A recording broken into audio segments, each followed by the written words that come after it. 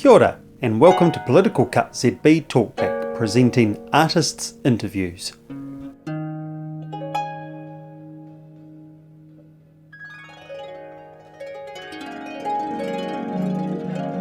Listen to intercosmic, shamanistic musician and astrologer Erika Grant, member of voodoo rhythmic, legendary Wellington band Orchestra's Spheres. Enjoy their loping track Caudete throughout this recording.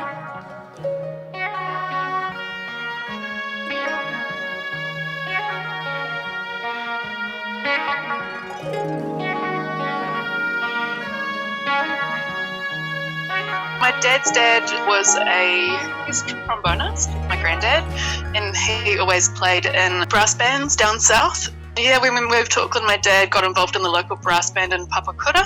I've got 3 brothers and sisters, and we all kind of got carted off to music school really early on, so I can't really remember not playing music, basically.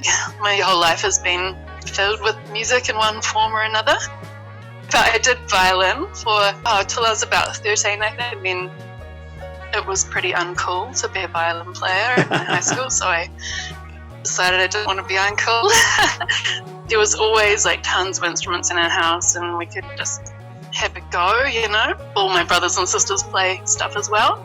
I decided music was something I could do. I didn't really know what I was going to do with it, but I auditioned for the Music and Audio Institute of New Zealand, got into their contemporary music performance course.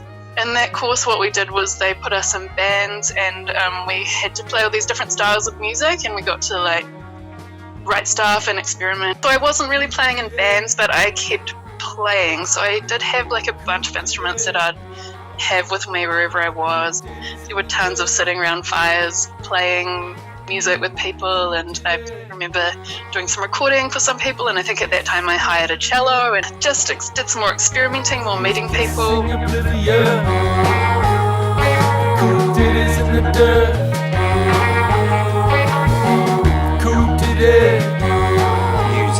and astrologer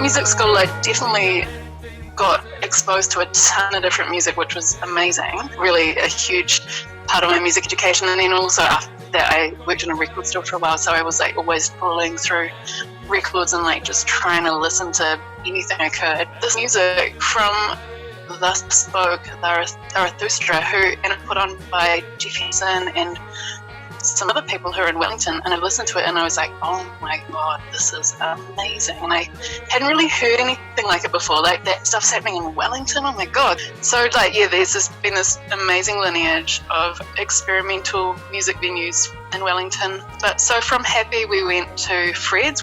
Like you said, the latest is Pyramid Club. It's like all these amazing musicians just making the super weirdest sound. So I kind of just got stuck in. These places are so important. They are like, I sort of see it as kind of like the white blood cells of the city, like experimental art and music places. It's because you get an opportunity to try things out. It's not about money, you know, it's not about like the music industry, it's about art. So it can really help nurture people's musical selves, these types of places.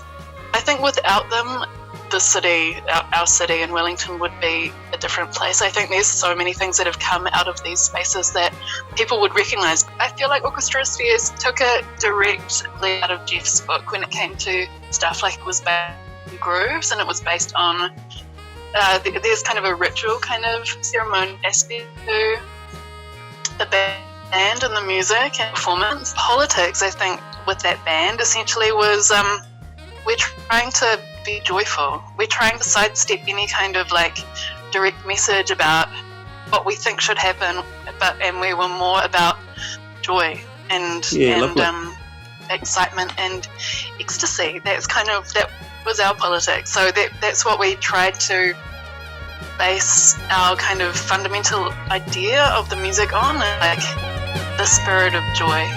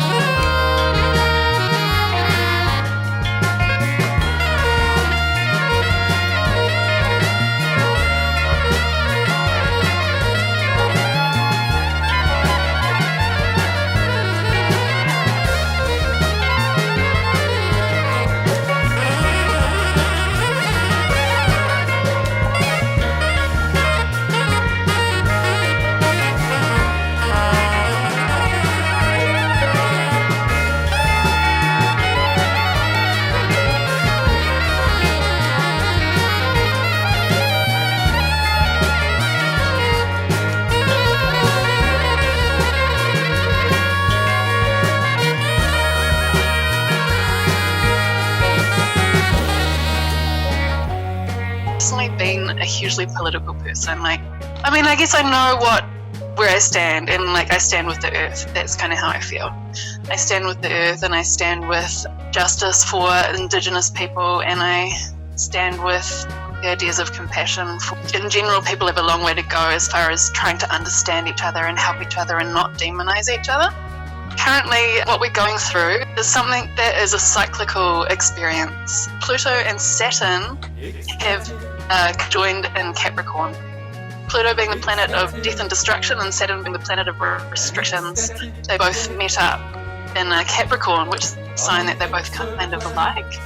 So in some ways, they got to do their work together in a good way, in a way that works for them.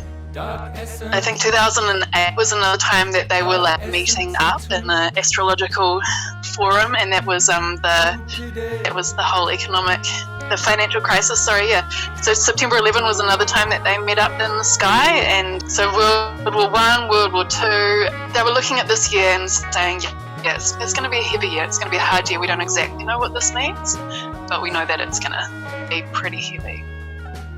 It's also the end of a 200-year cycle of Saturn and Jupiter conjoining in air signs. So they're about to, an earth sign, and they're about to move into the end of the great year. It's happening this year as well. And as you can feel and see around you, it's significant. Yeah, we're in a very significant year.